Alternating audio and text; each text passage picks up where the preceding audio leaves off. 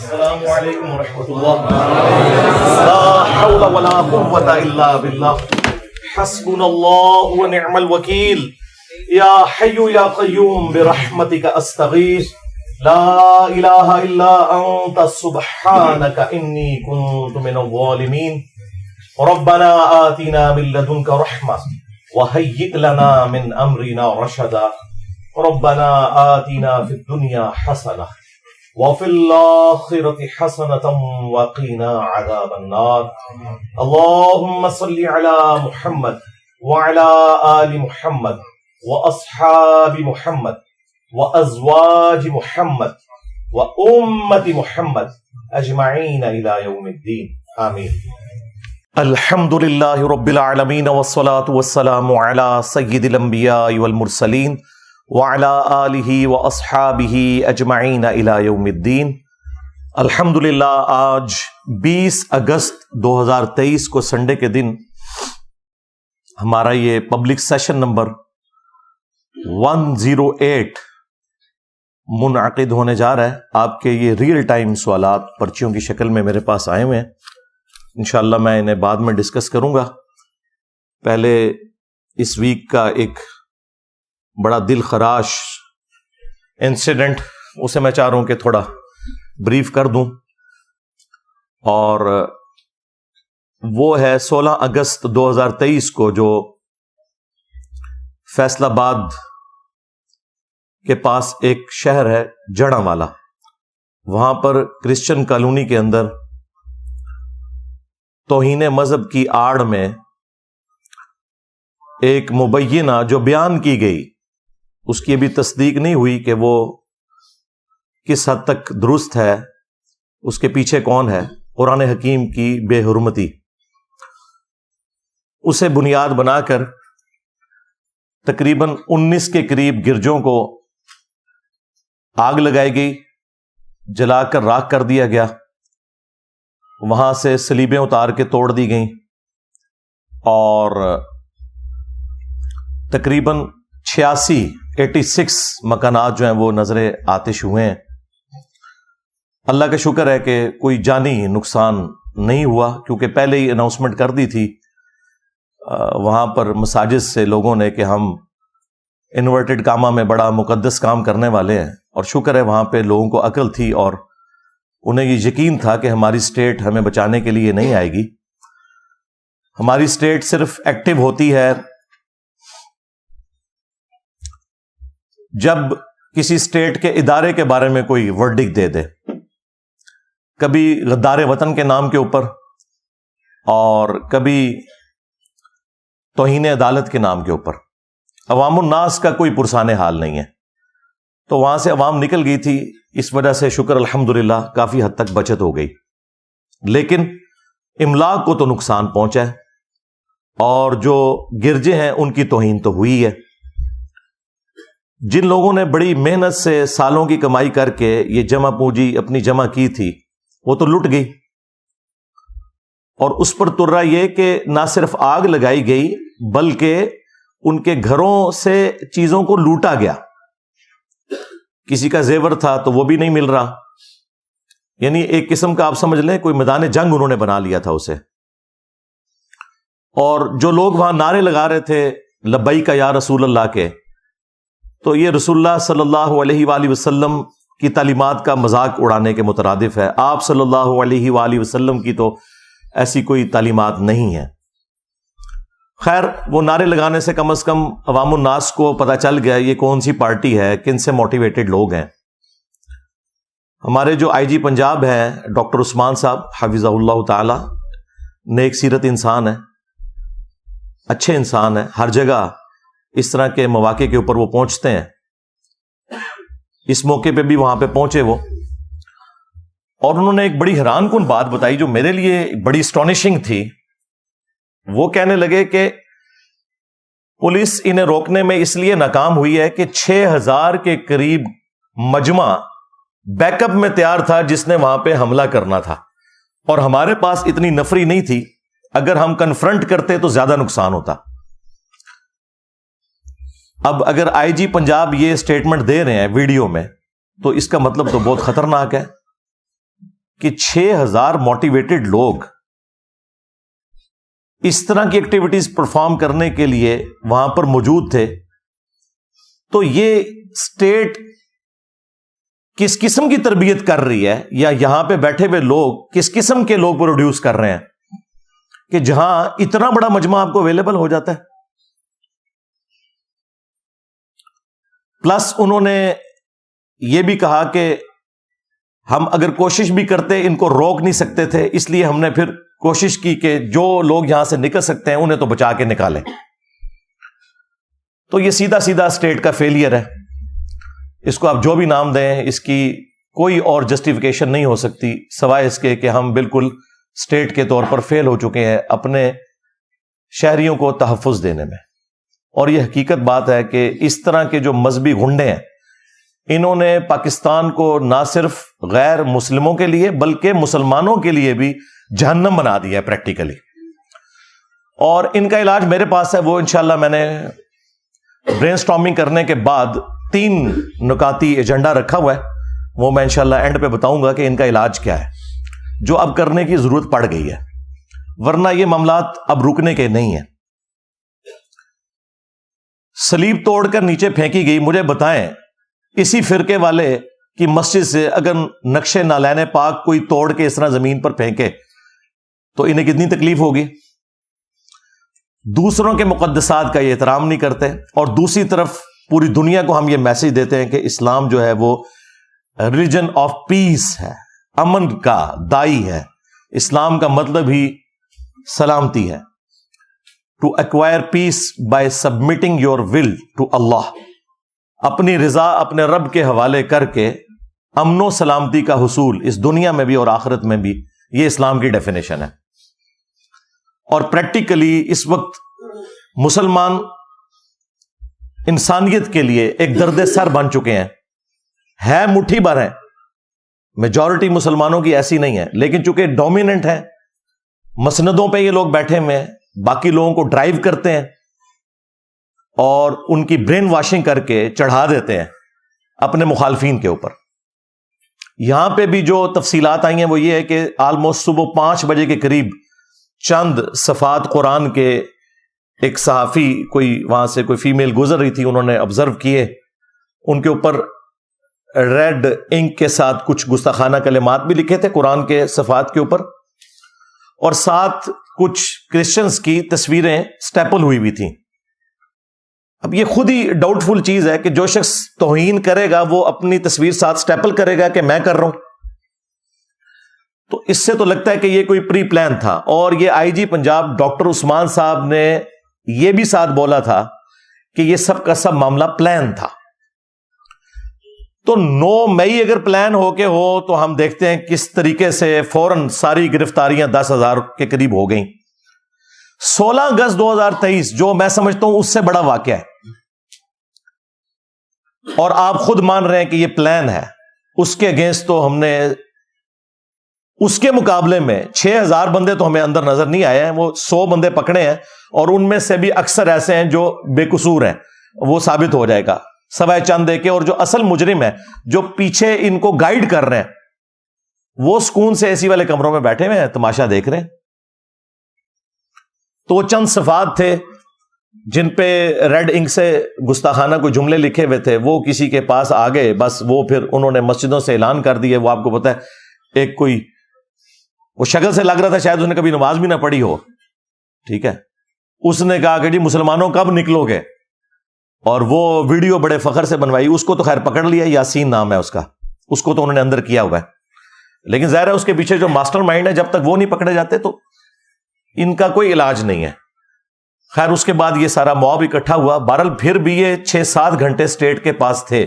یہ جو قتل و غارت والا معاملہ شروع ہوا اس اعتبار سے کہ گرجوں کو آگ لگائی گئی، شکر ہے جانی نقصان کوئی نہیں ہوا، اور گھروں کو، یہ آلموسٹ کوئی 10-11 بجے کے قریب ہوا ہے. ان 5 گھنٹوں میں امن کمیٹی کے ذریعے انہوں نے کوشش کی، لیکن وہ بس کاغذی کارروائی تک ہی رہی. جنہوں نے کام ڈالنا تھا انہوں نے ڈال دیا. اور اب آپ دیکھ رہے ہیں کہ ہمارے جو نیکسٹ ہونے والے چیف جسٹس صاحب ہیں قاضی فائز عیسیٰ حافظہ اللہ تعالی، وہ بھی وہاں پہ پہنچے ہوئے تھے. فیض آباد دھرنے کے اوپر جو قاضی فائز عیسیٰ نے فیصلہ تحریر کیا تھا ان دھرنوں کے بارے میں، ان مذہبی جنونی لوگوں کے بارے میں، خصوصاً اسی جماعت کے بارے میں جس کو اس وقت کی اسٹیبلشمنٹ نے اس وقت کی پولیٹیکل گورنمنٹ کو کمزور کرنے کے لیے یوز کیا، اگر اس فیصلے کے اوپر عمل ہوا ہوتا تو یہ دن ہمیں نہ دیکھنے پڑتے۔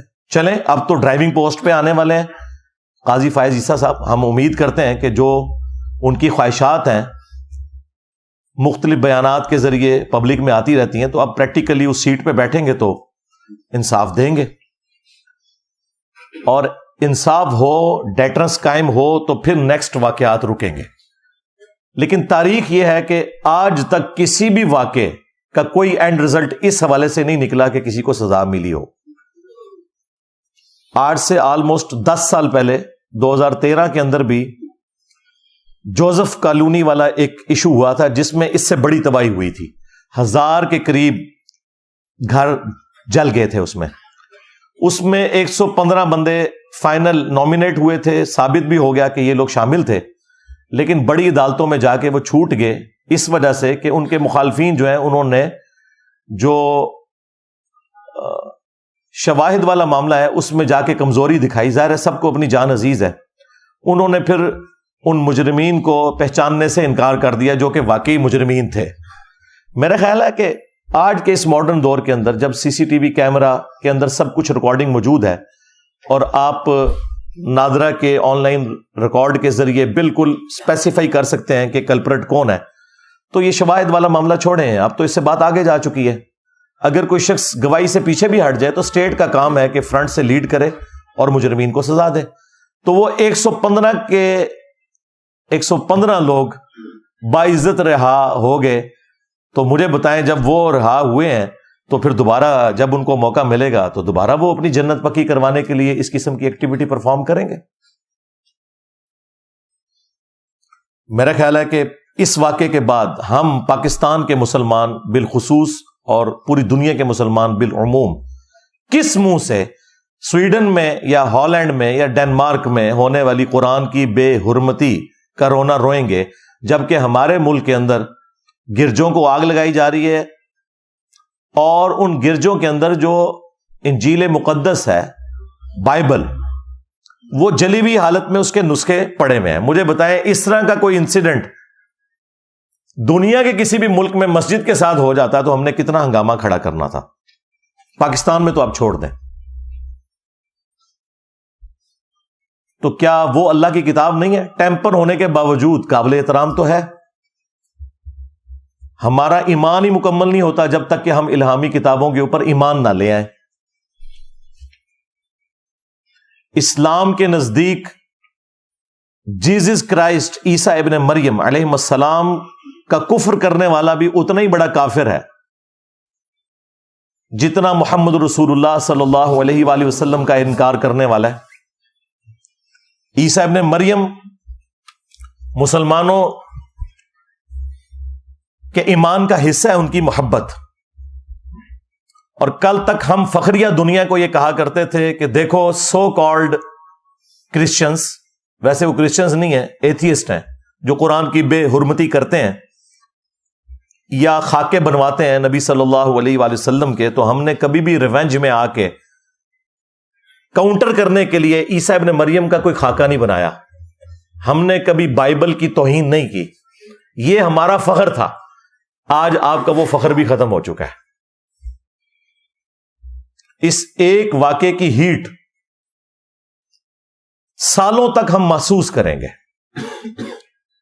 میرا خیال ہے جس طرح 9 مئی کو سیریس لیا پاکستان کی فوج نے، اس سے زیادہ سیریس اس 16 اگست کے ایشو کو لینا چاہیے، ادروائز یہ ملک تباہی کی طرف جا رہا ہے۔ اس کے لیے کاؤنٹر نیریٹو کیا ہے وہ میں بعد میں بتاؤں گا، پہلے میں تھوڑا سا مسلمانوں کو جھنجھوڑ لوں۔ اللہ تبارک و تعالیٰ نے سورہ آل عمران کے اندر سٹارٹ ہی میں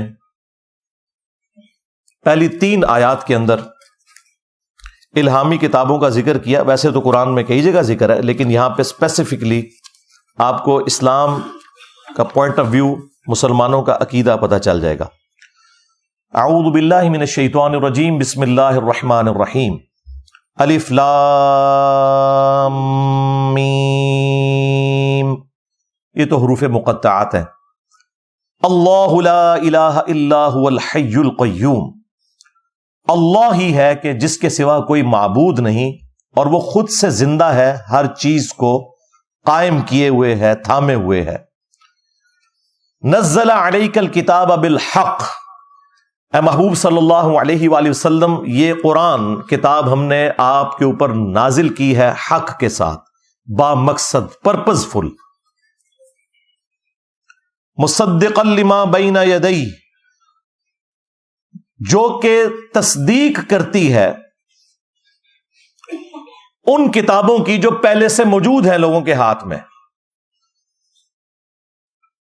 تصدیق اس اعتبار سے کرتی ہے کہ وہ کتابیں بھی اللہ کی کتابیں تھیں، اور پریکٹیکلی تصدیق اس اعتبار سے کرتی ہے کہ ان کتابوں میں آخری کتاب اور آخری پیغمبر صلی اللہ علیہ وآلہ وسلم کی پروفیسیز موجود تھیں، تو قرآن کا آنا اور نبی صلی اللہ علیہ وآلہ وسلم کا آ جانا ان کتابوں کی تصدیق ہوگی کہ پریکٹیکلی ان کی پروفیسی صحیح ثابت ہوئی۔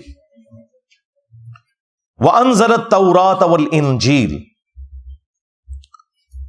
اور اللہ ہی نے اتاری تورات بھی اور انجیل بھی، اولڈ ٹیسٹمنٹ بھی اور نیو ٹیسٹمنٹ بھی، من قبل، اس سے پہلے، قرآن کے نزول سے پہلے، ہدی للناس، انسانیت کی ہدایت کے لیے، وَأَنزَلَ الْفُرْقَانَ، اور اب اللہ تعالیٰ نے حق اور باطل میں تمیز کرنے والی کتاب نازل کر دی ہے، یعنی فائنل ٹیسٹمنٹ۔ اولڈ ٹیسٹمنٹ بھی اللہ نے نازل کیا، نیو ٹیسٹمنٹ بھی، اور یہ فائنل ٹیسٹمنٹ الفرقان، حق اور باطل میں تمیز کرنے والی کتاب، یعنی ان کتابوں کے اوپر یہ نگہبان ہے کتاب۔ یہاں سے آپ کو یہ پتا چل گیا کہ اسلام میں مسلمانوں کے نزدیک تورات ہو، انجیل ہو، یہ بھی ہدایت کی کتابیں ہیں، اور ان پر ایمان لانا ضروری ہے۔ ان کا سورس بھی وہی خدا ہے، وہی اللہ ہے، کہ جو سورس ہے قرآن کا۔ اب احترام کے پوائنٹ آف ویو سے، قرآن کا احترام تو ہمیں پتہ ہے، وہ تو بتانے کی ضرورت ہی نہیں ہے، وہ اتنا احترام ہے کہ ہم نے اسے غلاف میں لپیٹ کے رکھا ہوا ہے، کہیں کھولنا نہ پڑ جائے۔ لیکن یہ ٹیمپرڈ فارم میں جو کتابیں ہیں ان کا بھی احترام ہے۔ سنن ابی داؤد کے اندر صحیح سند سے یہ حدیث ہے، جس کی صحت میں کسی کو اختلاف نہیں، 449 نمبر حدیث ہے، انٹرنیشنل نمبرنگ کے مطابق، جو سٹینڈرڈائز نمبرنگ ہے۔ یہودیوں نے نبی صلی اللہ علیہ وآلہ وسلم کو ایک مقدمے کے فیصلے کے لیے انوائٹ کیا، چونکہ آپ صلی اللہ علیہ وآلہ وسلم مدینے کے حکمران بھی بن چکے تھے، میثاق مدینہ بھی تھا، تو آپ صلی اللہ علیہ وآلہ وسلم یہودیوں کے گھر میں تشریف لے گئے، جہاں انہوں نے مدرسہ بنایا ہوا تھا۔ حدیث کے الفاظ ہیں کہ وہ گھر کے اندر ایک مدرسہ تھا، جہاں آپ صلی اللہ علیہ وآلہ وسلم کو بلایا گیا۔ تو انہوں نے آپ کو پروٹوکول دینے کے لیے، آج بھی عرب کے کلچر میں یہ پروٹوکول ہے کہ مہمانوں کو وہ گدی دیتے ہیں زمین پہ بیٹھنے کے لیے، تو انہوں نے ایک بڑی گدی دی، تو آپ صلی اللہ علیہ وآلہ وسلم اس گدی کے اوپر بیٹھ گئے۔ پھر آپ نے انہیں کہا کہ تم اپنی کتاب تورات لے کر آؤ، میں اس کے مطابق فیصلہ کروں گا۔ حالانکہ تورات ٹیمپرڈ فارم میں تھی، اس کے باوجود سب کچھ ہی تو اس میں تعریف شدہ نہیں ہے نا۔ جب انہوں نے تورات پیش کی نبی صلی اللہ علیہ وآلہ وسلم کو، تو آپ صلی اللہ علیہ وآلہ وسلم نے اپنی پیٹھ کے نیچے سے وہ بڑی گدی نکالی، اپنے سامنے رکھی، خود زمین پر بیٹھ گئے اور تورات کو اس گدی کے اوپر رکھا، اور ساتھ آپ صلی اللہ علیہ وآلہ وسلم نے فرمایا آمنت بک، میں ایمان لایا اس تورات کے اوپر، وبمن انزلک، اور میں اس پر بھی ایمان لایا جس نے اس کتاب کو نازل کیا۔ حالانکہ ٹیمپرڈ تھی، لیکن آپ صلی اللہ علیہ وآلہ وسلم نے اس کا احترام کیا، خود زمین پر بیٹھ گئے اور وہ گدی کے اوپر تورات کو رکھا۔ اس سے بڑی کوئی دلیل نہیں ہو سکتی کہ ہم نے دوسری الہامی کتابوں کا بھی احترام کرنا ہے۔ اور پھر آپ علیہ السلام نے ایک مقدمے کا فیصلہ اس میں کیا، وہ رجم کی سزا والا ایشو تھا۔ بہرحال یہ حدیث مسلمانوں کے لیے ایک لمحہ فکری ہے کہ آپ کے نبی صلی اللہ علیہ وآلہ وسلم تو تورات کا احترام کر رہے ہیں، اور اس نبی کی محبت میں لبیک یا رسول اللہ کے نعرے لگاتے ہوئے آپ لوگ تورات اور انجیل کو آگ لگا رہے ہیں. کیونکہ اس وقت جو بائبل ہے نا، کنگ جیمز ورژن جو اس وقت دنیا میں چل رہا ہے، وہ انجیل مقدس، وہ اکٹھی چھپتی ہے. جو بائبل سوسائٹی انارکلی لاہور والے پرنٹ کرتے ہیں، اس کے باہر لکھا ہوتا ہے بائبل مقدس، لیکن اس میں وہ ساری ہیں، اولڈ ٹیسٹمنٹ بھی ہوتا ہے، نیو ٹیسٹمنٹ بھی، اور حضرت داؤد علیہ السلام کے صحائف اور باقی ساری چیزیں اس میں شامل ہوتی ہیں. وہ جلے ہوئے نسخے آپ کے سامنے، بلکہ وہ 1-2 دن تک وہ سارے کا سارا ملبہ وہاں پہ جلتا رہا. اور دوسری طرف ہم جو ہے وہ اللہ اور اس کے محبوب صلی اللہ علیہ وآلہ وسلم کے ساتھ وفاداری کا دم بھرتے ہیں، اور ہمارے کرتوت یہ ہیں. اسلام نے تو انسانیت کا سبق دیا ہے. سورۃ المائدہ کی آیت نمبر 32 میں اللہ تبارک و تعالیٰ نے فرمایا کہ 2 استثناء ہیں. نمبر 1 قتل کے بدلے قتل، اور نمبر 2 فساد فی الارض. اس کانٹیکسٹ میں کسی مجرم کو قتل کرنا. یہ 2 ایکسیپشنز چھوڑ کر جس نے کسی انسان کو قتل کیا، گویا اس نے پوری انسانیت کا قتل کر دیا. مسلمان کی بات نہیں ہو رہی، انسان، بلکہ جان کا ذکر ہے وہاں پر. شکر ہے انسان کا ذکر نہیں، ورنہ کہنا تھا کہ انہوں نے ہم تو غیر مسلموں کو انسان نہیں مانتے. اس میں الفاظ ہیں جس نے ایک جان کو قتل کیا، پوری انسانیت کا قتل ہے، سوائے 2 ایکسیپشنز کے کہ یا تو وہ قتل کے بدلے قتل ہو رہا ہوں، اور وہ بھی جوڈیشری کے تھرو، ایکسٹرا جوڈیشل نہیں ہوگا، قانون آپ نے ہاتھ میں نہیں لینا. دوسرا فساد فی الارض کرنے والے لوگ، وہ بھی جوڈیشری کے تھرو. تو ایک جان کا قتل پوری انسانیت کا قتل. اور ساتھ ہی فرمایا کہ جس نے ایک جان کو بچایا گویا اس نے پوری انسانیت کو بچا لیا.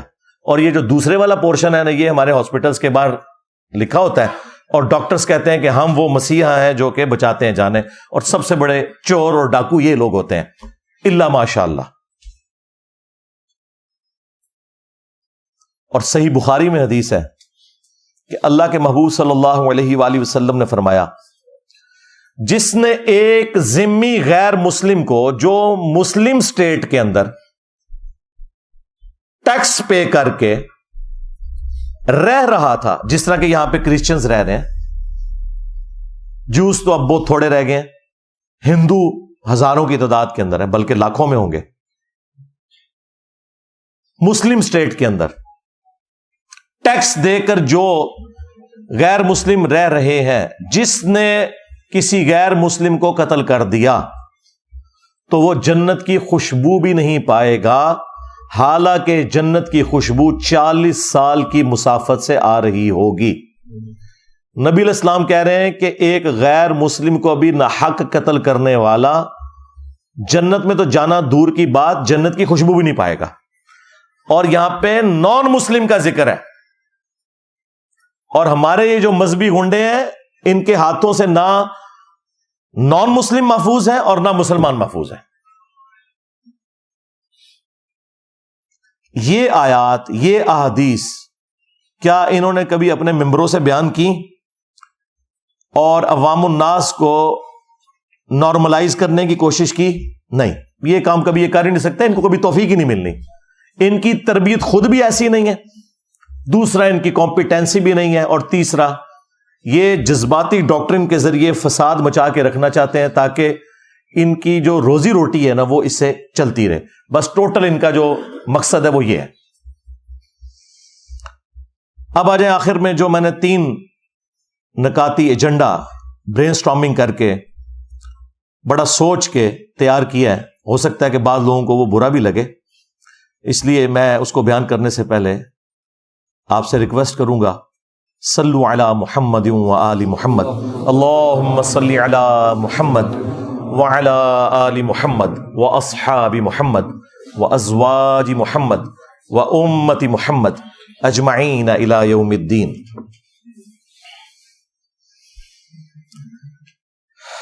علمی پوائنٹ نمبر 1، یا آپ کہہ لیں کہ کاؤنٹر نیریٹو کا جو پوائنٹ نمبر 1 وہ ہے فوری انصاف. جب تک فوری انصاف نہیں ہوگا، نہ صرف اس معاملے میں بلکہ آج تک جتنے بھی اس طرح کے ایکسٹرا جوڈیشل معاملات ہوئے اور ان میں مجرمین آئیڈینٹیفائی ہوئے، ان کو سزائیں نہیں دی جائیں گی، تب تک مستقبل میں کبھی بھی ڈیٹرنس نہیں ہوگی. اس سے بھی آسان الفاظ میں سمجھاتا ہوں کہ جس طرح ہماری عدالتیں توہین عدالت کے مسئلے میں بڑی سینسٹیو ہیں، اور ہمارے ریاستی ادارے حب الوطنی کے نام کے اوپر کسی کو غدار وطن جب کہہ رہے ہوتے ہیں اور وہ سمجھ رہے ہوتے ہیں، اس معاملے میں جتنے وہ سینسٹیو ہیں، یا ابھی حالیہ جو یہ 9 مئی والا واقعہ ہوا، اس کے اوپر جتنے سینسٹیو ہیں، اور فوراً وہ سارے کے سارے معاملات انہوں نے طے کر لیے ہیں کہ اب یہ بھی ہوگا، یہ بھی ہوگا، وہ بھی ہوگا، اور سینٹ سے بھی انہوں نے اب فائنل اپروول کروا لی ہے، اور کتنی انہوں نے ایکٹس کے اندر تبدیلیاں کروا لی ہیں. اسی طرح کے معاملات جب تک یہ مذہبی گھنڈوں کے لیے نہیں ہوتے نا، جنہوں نے پاکستان کو جہنم بنا دیا پریکٹیکلی، مسلمانوں کے لیے بھی اور غیر مسلمز کے لیے بھی، اس معاملے میں سے کچھ بھی نہیں نکلنے والا. اور یہ جو تھوڑی بہت آپ کو پالیسی کا شفٹ بھی پچھلے کچھ سالوں میں نظر آیا نا، اس میں بھی ہمارے ریاستی اداروں کا اس حوالے سے کوئی پلان نہیں تھا کہ انہوں نے یہ کام کرنا ہے. وہ اسی طریقے سے چل رہے تھے کہ مولویوں کو انہوں نے بھرتی کیا ہوا تھا، نان اسٹیٹ ایکٹرز کو اپنے مقاصد کے لیے یوز کرتے تھے، اور پھر مولوی ان کا بھی کام کرتے تھے اور اپنا بھی کام نکالتے تھے. اور یہ باتیں میں اس وقت سے کر رہا ہوں جب انہوں نے گود لیا ہوا تھا. اس وقت کو بات کرنا بھی ایک بڑی دلیری کا کام تھا. آج تو یہ خود کہہ رہے ہیں کہ جی یہ ہمارے گاٹے فٹ ہو گئے، لیکن ان کو اس وقت ہماری بات نہیں سمجھ آئی. میری 2012-13 کی ویڈیوز یوٹیوب پہ اپلوڈ ہے، نیچے اپلوڈنگ ڈیٹ بھی آ جائے گی، میں اس وقت کیا باتیں کر رہا تھا. آج بھی ان کو عقل نہیں آنی تھی اگر FATF حافظہ اللہ تعالی نہ ہوتا، ہاں، اور ان کے چندے بند نہ ہوتے جو باہر سے فنڈ لیتے ہیں، تو کبھی بھی انہوں نے اپنی اصلاح نہیں کرنی تھی. یہ جو ضرب عزب یا رد الفساد، یہ جو فوجی آپریشنز ہیں، یہ کرولریز ہیں، یہ بچے ہیں. اصل مسئلہ وہ ہوا ہے FATF والا. اگر وہ نہ ہوتا تو آج ہمیں اس کی ہوش ہی کو نہیں تھی آنی.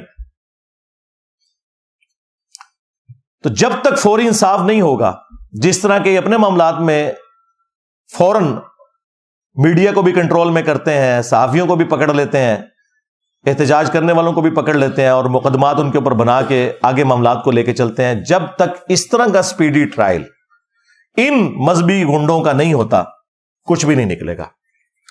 علمی پوائنٹ نمبر 2 یا کاؤنٹر نیریٹو کا پوائنٹ نمبر 2، میں نے ایک ٹرم اس حوالے سے انٹروڈیوس کی ہے کہ ابھی تک جو فوجی آپریشنز تھے نا، جو بڑے دو ہوئے FATF کی وجہ سے، ضرب عزب اور رد الفساد، اب ایک اور فوجی آپریشن لانچ ہونا چاہیے.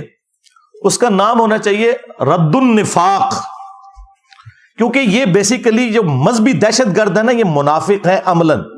عقیدے میں چلے ہم ان کے کلمے کا احترام کرتے ہیں، عملاً یہ منافق ہیں. اور ان منافقین کے رد کے لیے ایک آپریشن لانچ ہونا چاہیے، رد النفاق. اس کا نام رکھیں رد النفاق، جس نے رد الفساد رکھا تھا نا انہوں نے، رد النفاق. جو اس طرح کے منافقین ہیں جو اسلام کی صفوں میں گھسے ہوئے ہیں، خواہ وہ مسلمان بن کے ہیں یا جس طریقے سے بھی، ان کے خلاف آپریشن ہونا چاہیے. اور اس کے لیے کیا کیا جائے؟ اس میں اس قسم کے جتنے بڑے بڑے لوگ ہیں ان سے گن پوائنٹ کے اوپر اس طرح کے تمام ماضی کے جو واقعات ہیں، یا جو یہ حالیہ واقعہ ہوا جڑا والا، اس کی مذمت کروائی جائے. یعنی کہ آپ کی لینگویج میں پریس کانفرنس کروائی جائے. ہاں، اور سمجھ آئے گی. جس طرح 9 مئی کے بعد پریس کانفرنسز کروائی گئی ہیں نا، یہ صرف سافٹ ٹارگٹ پولیٹیشنز ہی ہوتے ہیں کہ ان سے آپ پریس کانفرنسز کروا لیتے ہیں. مولوی تو کوئی آپ کے قابو نہیں آتا. میں نے تو کوئی اس قسم کا گنڈا مولوی نہیں دیکھا جس نے کبھی دبے الفاظ میں بھی مذمت کی ہو. بلکہ کل میں رات کو دیکھ رہا تھا، وہ ہمارے جو بھائی ہیں چھوٹے، اقرار الحسن، وہ سرعام پروگرام کرتے ہیں، تو وہ پریکٹیکلی وہاں کے جو حالات انہوں نے دکھائے ہیں، یقین کریں میرے تو آنکھوں میں آنسو آ گئے. میں نے جو وہاں لوگوں کی حالت دیکھی ہے, ٹھیک ہے. اب ایک امیر آدمی کو اس سے کیا غرض کہ ایک غریب آدمی کے لیے بچی کا جہیز کا زیور کتنی بڑی اہمیت رکھتا ہے, جو لوٹ لیا آپ نے اسلام کے نام کے اوپر. یہ پتہ نہیں کون سا اسلام ہے. ایک بار گھر جل جائے, ختم ہو جائے, تو دوبارہ پھر اس زندگی میں انسان نہیں بنا سکتا. زندگی میں ایک ہی گھر بنایا جاتا ہے. ایک غریب آدمی, ان میں سے کئی لوگ کرائے پہ بھی رہ رہے تھے. تو اینڈ پہ اس نے نا کچھ مولویوں کے بھی انٹرویو کیے ہیں, تو میں بڑا پازیٹیولی بیٹھا تھا. میں نے کہا یہ مولوی بھی کنڈیم کریں گے جو وہاں کی عمل میں. کسی نے ایک جملہ بھی نہیں بولا. وہ سارے کہہ رہے ہیں جی ہمیں قرآن شریف پڑھنا چاہیے تاکہ ہمیں پتہ چلے کہ قرآن کی کیا اہمیت ہے اور قرآن کی بے رحمتی نہیں ہونی چاہیے. اس واقعے کو انہوں نے ڈسکس تک نہیں کیا, حالانکہ ٹاپک ان سے یہ پوچھا جا رہا تھا. تو اس کا مطلب یہ ہے کہ رد النفاق ضروری ہے. میں کہتا ہوں اس کے اوپر اب سوشل میڈیا کے اوپر کمپین چلنی چاہیے کہ آپریشن رد النفاق لانچ کیا جائے. ان غنڈے مولویوں کو ان سے پریس کانفرنسز کروائی جائیں.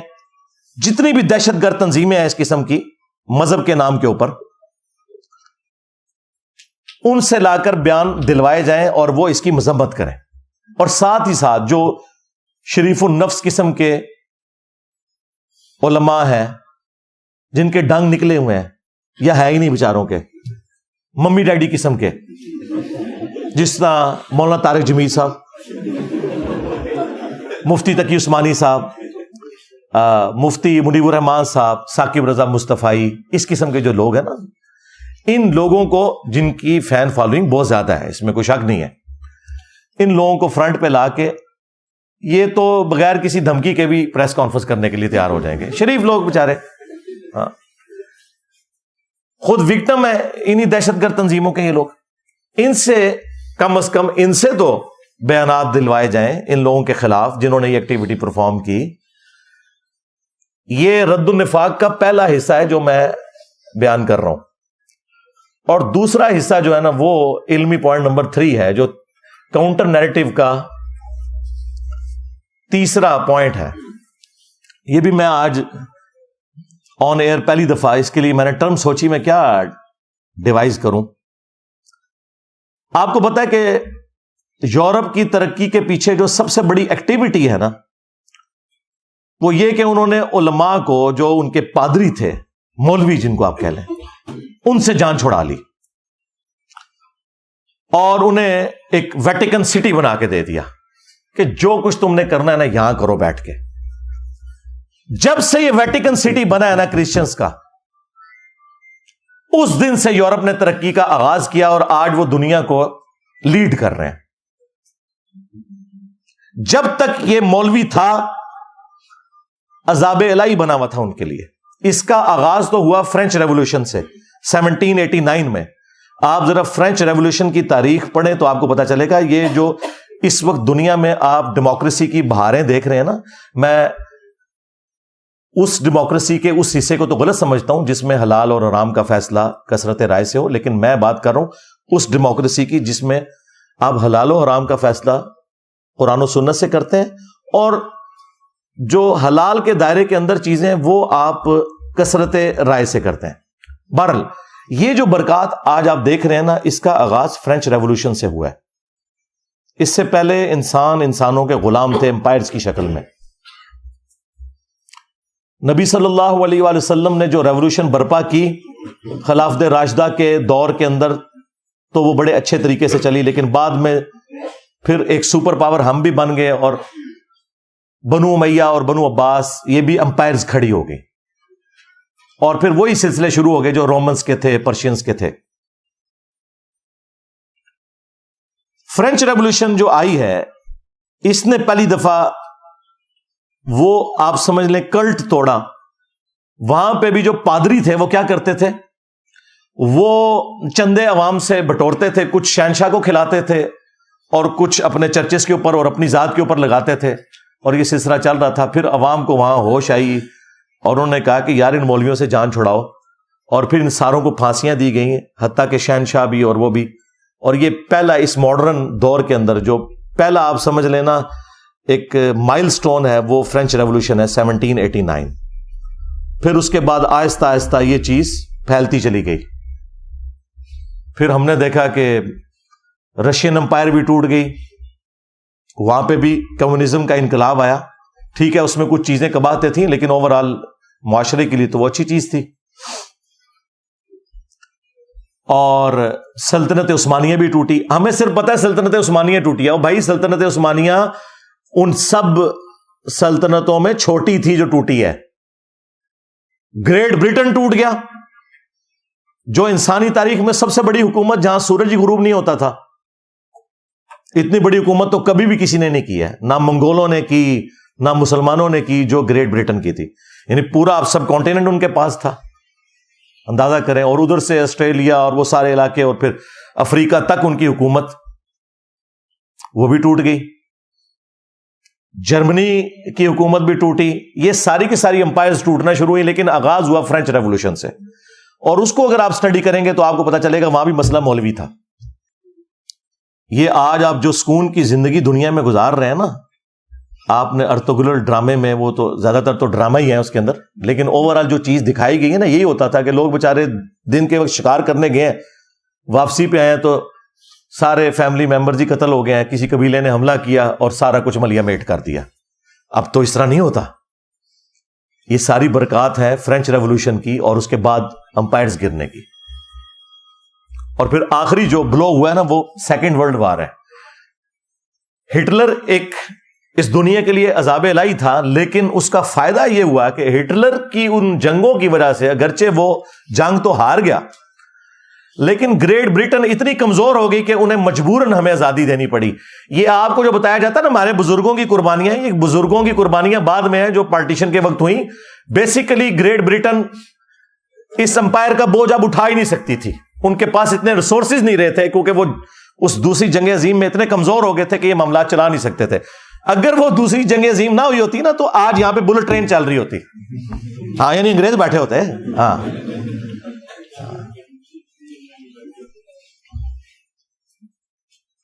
تو یہ سارے کے سارے جو معاملات ہوئے, تو میں نے وہ بات اس سے سٹارٹ کی تھی کہ یہ مولویوں کو جب انہوں نے نکالا نا, ترقی کی ہے, تو میرا یہ مطالبہ ہے, یہ کاؤنٹر نیریٹو میں پوائنٹ نمبر 3 ہے کہ ویٹیکن سٹی کے طرز کے اوپر ایٹ لیسٹ پاکستان میں ایک مولوی سٹی بنانا چاہیے.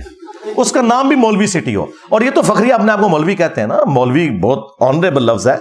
ہمارا محبوب, ہمارا آقا مولانا, ہم نبی الاسلام کے لیے بھی درود شریف میں اللہم صلی علی سیدنا و مولانا استعمال کرتے ہیں. اللہ کے لیے بھی ہوتا ہے انت مولانا, لیکن وہ پھر اور معنوں میں ہو جائے گا, وہ تو الٹیمیٹ معنی ہے. لیکن یہاں پہ تو مولوی سٹی بنایا جائے جسٹ لائک ویٹیکن سٹی, اور اس طرح کے سارے مولوی وہاں پہ بھیج دیے جائیں. میں نہیں کہتا کہ انہیں آپ پھانسی چڑھائیں, وہاں انہیں رکھیں, ساری فیسلٹیز دیں ان کو, اور جو جو بندہ اس کے لیے کوالیفائی کرتا ہے نا, اسے وہاں پہ یہ رکھنا شروع کر دیں. اور آپ دیکھیں گے کچھ عرصہ تک تو یہ معاملات خراب رہیں گے, لیکن پھر بہتری آنا شروع ہو جائے گی. آج آپ کو جو ویٹیکن سٹی میں بیٹھے ہوئے پاپ اور اس کے جو حواری ہیں, ان کے اندر جو اتنی سادگی اور یہ چیزیں سب کچھ نظر آ رہی ہے نا, اس وجہ سے کہ ڈنگ نکل گیا ہے. ورنہ یہ ساری صلیبی جنگیں مسلمانوں کے خلاف انہی مولویوں نے کی ہوئی تھی, پادریوں نے. یہ پوپ جو آج کل اتنے منکسر المزاج ہیں کہ وہ غریب لوگوں کے پاؤں دھو رہے ہوتے ہیں یہ بتانے کے لیے کہ ہمارے اندر کتنی عاجزی ہے, یہ وہ لوگ ہیں جنہوں نے صلیبی جنگیں کروائی ہوئی ہیں. پوری دنیا کا امن ان لوگوں نے برباد کیا ہے. خدا بھلا کرے, جب یہ ویٹیکن سٹی بنا ہے نا, اس کے بعد سے یورپ نے ترقی کی اور دنیا میں سکون آیا. میں بھی یعنی اس وقت پریکٹیکلی تو آرمی چیف سے ہی کہوں گا, اس کی وجہ یہ ہے بدقسمتی ہے ہماری. یہ ساری باتیں تو ہمیں پرائم منسٹر سے کرنی چاہیے, لیکن ایک ریالٹی ہے کہ پاکستان میں فوج کی ایک پاور ہے, اور جو کو تھوڑی بہت آپ کو کچھ عرصہ پہلے کمزوری نظر آ رہی تھی, تو وہ آپ نے دیکھا ہے وہ اب کس طریقے سے سامنے آئے. تو ٹھیک ہے, کوئی عوام کے لیے بھی سوچیں. اس وقت تو آرمی اتنی اسٹرانگ ہوئی ہوئی ہے کہ جو سیاسی جماعتیں ہیں وہ بھی اب پیچھے ہٹی ہوئی ہیں, اور جو ایک کوئی جماعت تھی وہ اس کے بھی سارے لیڈرز انہوں نے گرفتار کر کے جو کچھ کر دیا. اس میں ان کا بھی قصور ہے, کیونکہ وہ لوگ خود پہلے یہی کچھ تھے. جس طرح نواز شریف صاحب جب تک نکالے نہیں گئے تھے اس وقت اسٹیبلشمنٹ کی گود میں تھے. جب نکالے گئے تو ووٹ کو عزت دو. عمران خان صاحب نے جو اپنے مخالفین کے ساتھ کیا اسٹیبلشمنٹ کے ساتھ مل کے, جو جو شرمناک حرکتیں کی, آج وہ بھگت رہے ہیں. ہم اس وقت بھی کہتے تھے کہ یہ آپ کے ساتھ بھی یہ کچھ ہوگا, اور میں نے اس وقت بھی کہا تھا اس وقت ہم آپ کے لیے آواز اٹھائیں گے جس طرح آج آپ کے مخالفین کے لیے اٹھا رہے ہیں, اور الحمدللہ اٹھائی. بہرحال عمران خان صاحب بھی آج کل بڑے نظریاتی ہوئے ہیں, تو پریکٹیکلی اس وقت فوج ظاہر ہے ڈرائیونگ سیٹ کے اوپر ہے, پہلے بھی تھی اب تو بہت زیادہ آ گئی ہے. تو یہ نیکی کا کام کرتے ہیں. یہ 3 جو میں نے پوائنٹس دی ہیں, نمبر 1 عدل و انصاف والا. اب تو خیر یہ ان کا بڑا آپس میں انڈرسٹینڈنگ بھی بہت ہے, قاضی فائز عیسیٰ کی اور آرمی چیف کی, یعنی یہ پہلے سے انڈرسٹینڈنگ ان کی. اور ڈگنیٹی والا انسان ہے فائز عیسیٰ, وہ ہمارے سامنے موجود ہیں.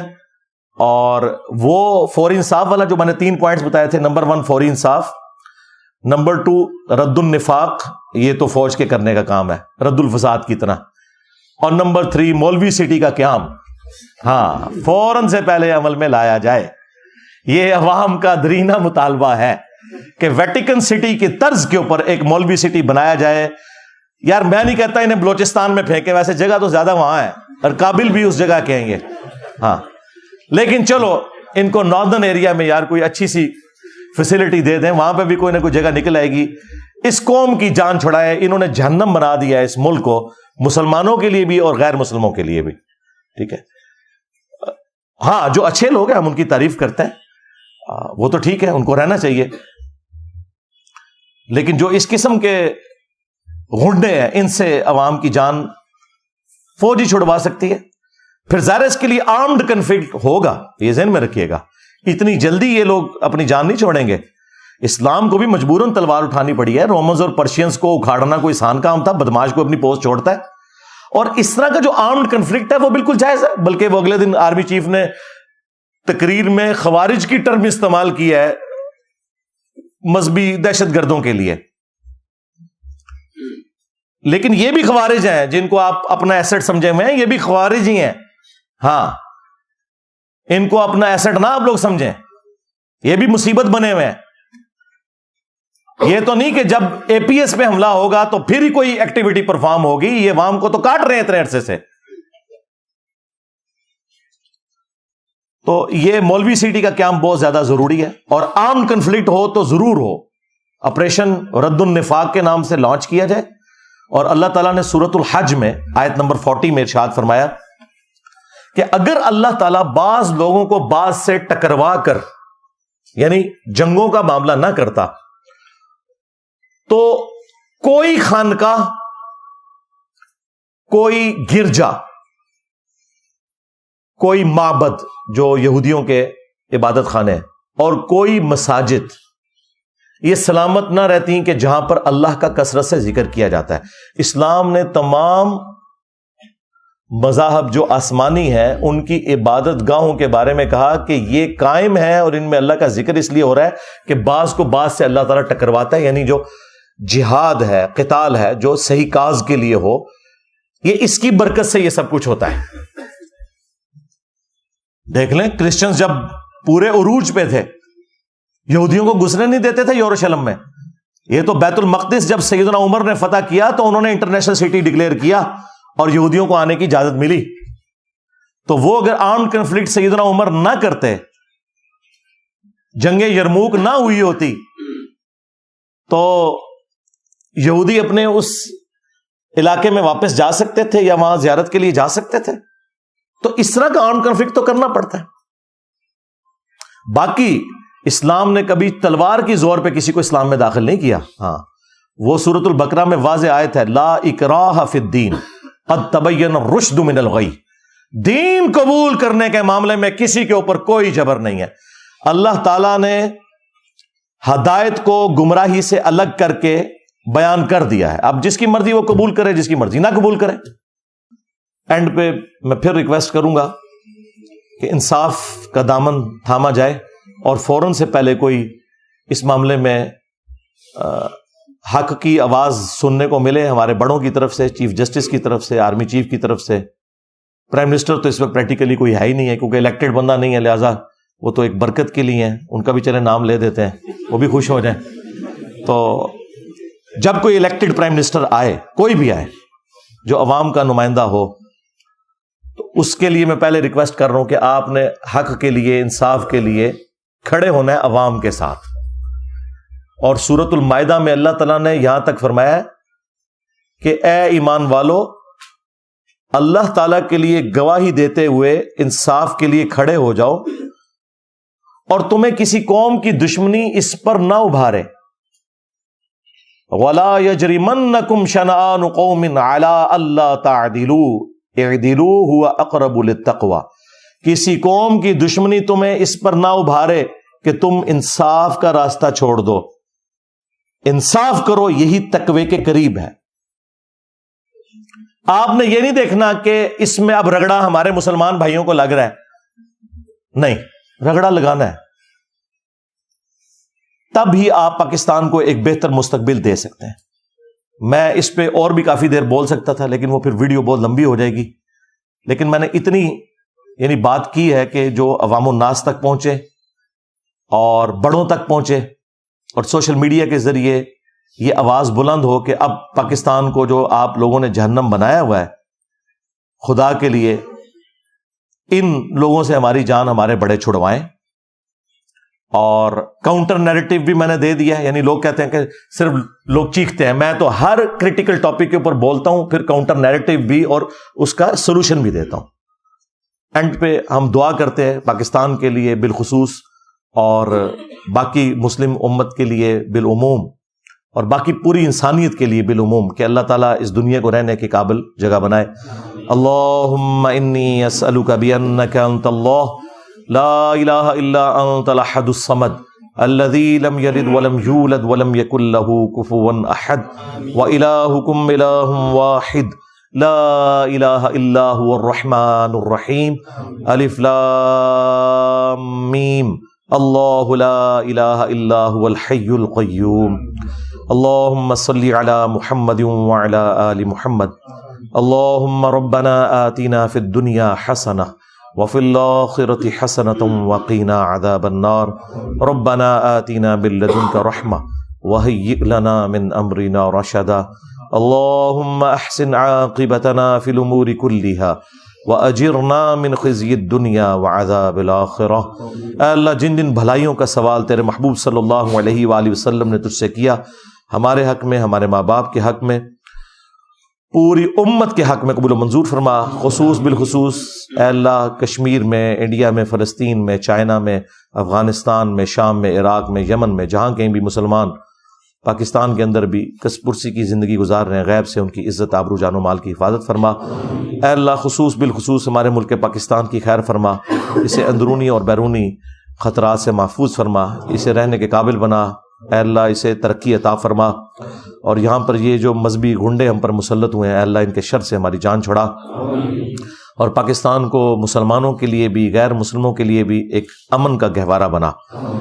اے اللہ حاضرین کے دلوں میں جو جو نیک اور جائز دعائیں ہیں قبول و منظور فرما. اے اللہ جو مسلمان فوت ہو چکے ہیں ان کی مغفرت فرما، جو زندہ ہیں انہیں قبر و آخرت کی تیاری کرنے کی توفیق عطا فرما. اے اللہ تمام مسلمانوں کی تمام دینی، دنیاوی، جسمانی، روحانی، ظاہری، باطنی پریشانیاں، تکلیف، مصیبتیں، دکھ درد، بیماریاں، دشواریاں دور فرما. سبحان ربک رب العزت عما یصفون وسلام علی المرسلین والحمد للہ رب العالمین وصلی اللہ علی النبی الکریم وعلی آلہ واصحابہ اجمعین الی یوم الدین. آمین.